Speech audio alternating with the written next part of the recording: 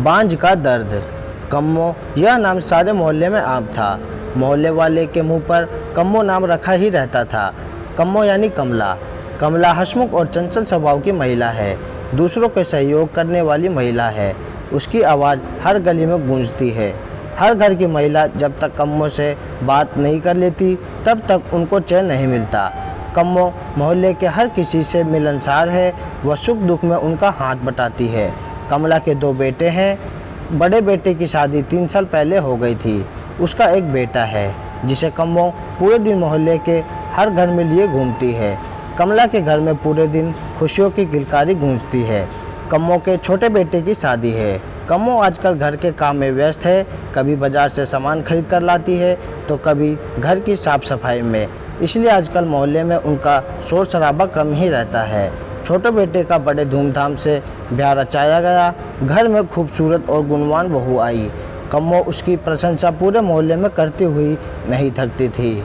कम्मो के घर में खुशियाँ का खजाना था। हर कोई उसके परिवार की प्रशंसा करते हुए नहीं थकते थे। धीरे धीरे समय बीतता गया। लगभग 3 साल हो गए। कम्मो के छोटे बेटे के कोई संतान नहीं हुई। अब कम्मो परेशान रहने लगी। हर कोई उसके छोटी बहू के बारे में पूछते, वह क्या जवाब देती। अब कम्मो छोटी बहू पर कई बार गुस्सा करने लगी थी, पर इससे क्या होता, यह सब तो भगवान की मर्जी है, ऐसा सोचकर टाल देती थी। अब छोटी बहू भी परेशान रहने लगी। वह अकेली अंदर ही अंदर घुटती रहती थी। जब घर में इसी तरह की बात होती थी तो वह रोने लगती थी। अब उसे घर में सभी ताने देने लगे थे, पर छोटी बहू क्या कर सकती थी।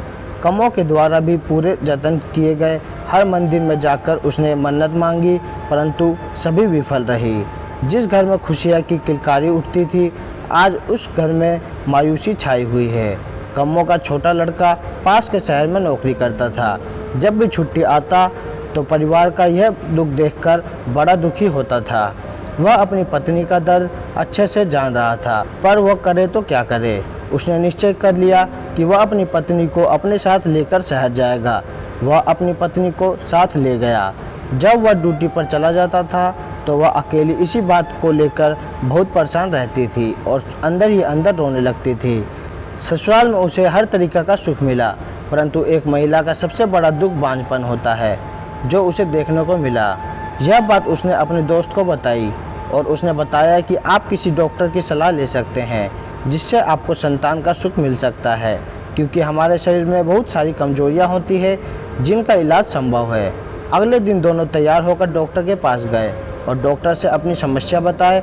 डॉक्टर ने कुछ टेस्ट कराए और उनको कहा कि चिंता की कोई बात नहीं है, आपको संतान सुख मिल जाएगा। इसके लिए हमें IVF प्रणाली का प्रयोग करना पड़ेगा। इस पर निवेश ने अपनी सहमति दी।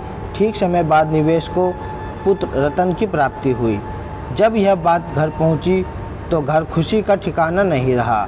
कम्मो ने पूरे मोहल्ले में खूब मिठाई बांटी और खुशियां मनाई।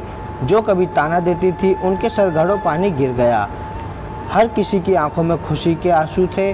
जो कलंक निवेश की पत्नी ने कई साल सहा, उसका आज उसे सुख मिल गया। यह कहानी उन महिलाओं की है जो ऐसी समस्याओं से जूझती है और किसी डॉक्टर की सलाह ना लेकर देवी देवता में विश्वास करती है। हमें सही समय पर डॉक्टर से सलाह लेनी चाहिए, क्योंकि हमारे शरीर में बहुत सारी बीमारियां होती हैं जिनका निराकरण डॉक्टर की सलाह से संभव है।